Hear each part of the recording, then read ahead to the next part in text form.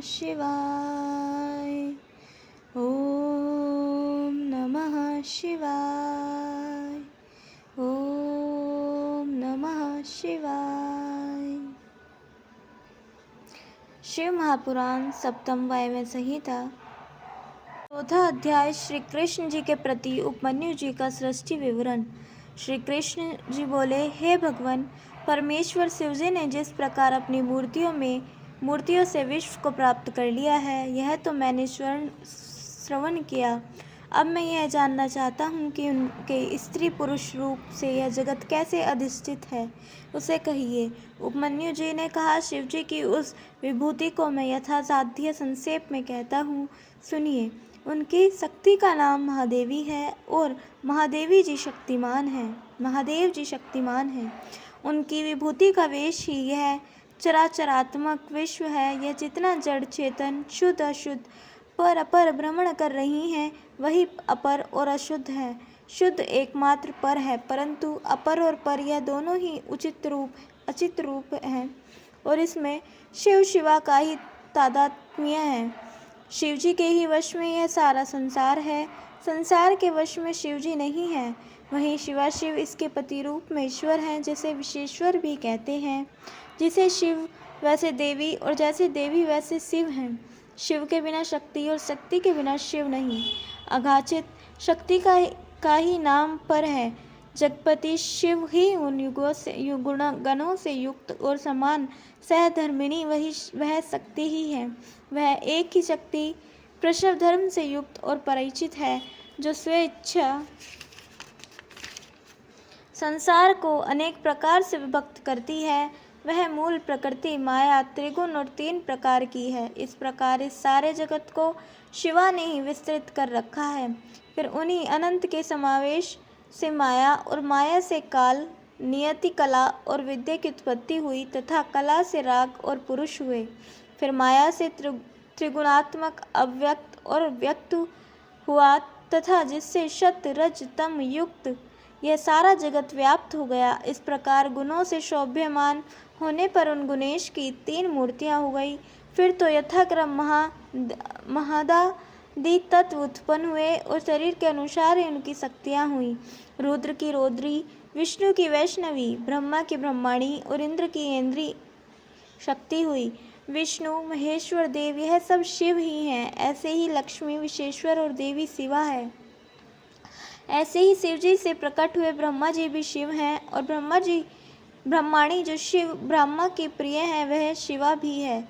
इसी प्रकार भास्कर भगवान शिवजी हैं और उनकी प्रभा भगवती शिवा है तथा महेंद्र शिव और साची शिवा है। ऐसे ही अग्नि भी महादेव और स्वाहा शिवा है। यही शिव और उनकी प्रिया भवानी रूप है। इसी कारण सभी स्त्री पुरुष उनकी विभूति हैं।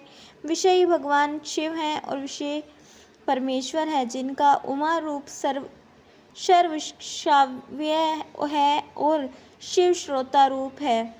इस प्रकार ये दोनों ही संपूर्ण आकार युक्त और सर्व तेज के व्याधक, पूजनीय और नमस्कार करने योग्य तथा सर्वदा विचार करने योग्य है।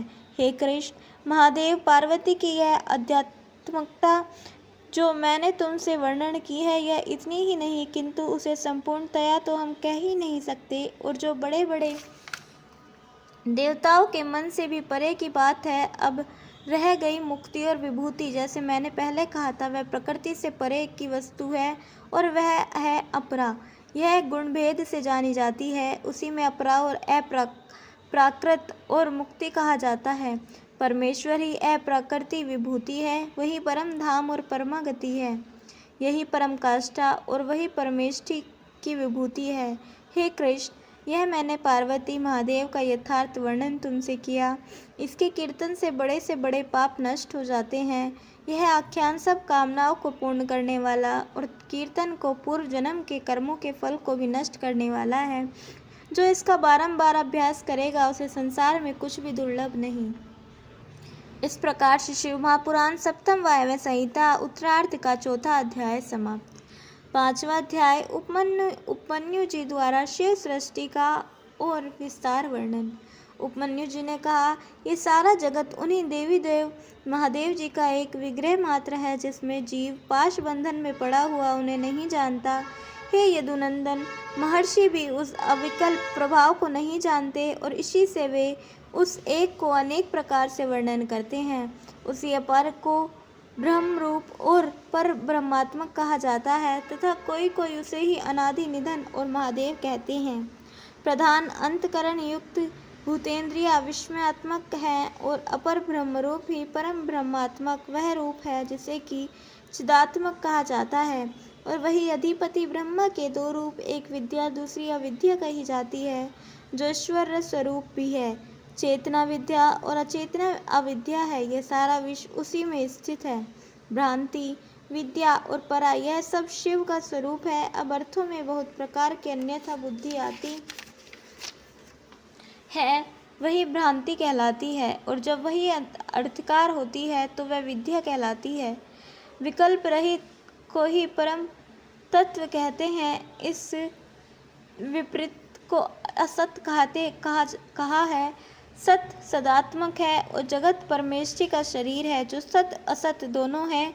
शिव जी उन दोनों के पति हैं, इसी से वह शर अशरात्मक भी हैं, परंतु वह शराशर से परे भी हैं। यह सारा भूत शर नासवान है और कठुस्त का ही नाम अक्षर है, जो नित्य है, और यह दोनों ही रूप परमेश्वर के वश में हैं, परंतु वे प्रधान पुरुष ही व्यक्त और कलात्मक शिव कहे गए हैं।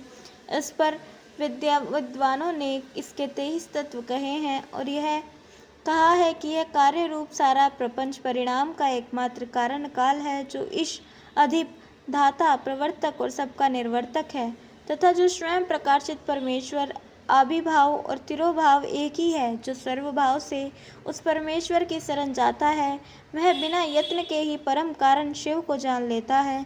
और जब तक यह जीव अन्य ईश रहित कवि पुराण पुरुष संसार के वशकर्ता परमात्मा को नहीं देखता, तब तक पाशबंद हो चक्रनेमी के समान संसार दुख में ब्रह्मता ही रहता है। और जो सबके साक्षात हिरण्यगर्भ जगतकर्ता ईश्वरीय पुरुष उस ब्रह्म स्वरूप के दर्शन पा जाता है, त्यों ही वह पाप से छूट निरंजन कल्पना शिव के समान हो जाता है।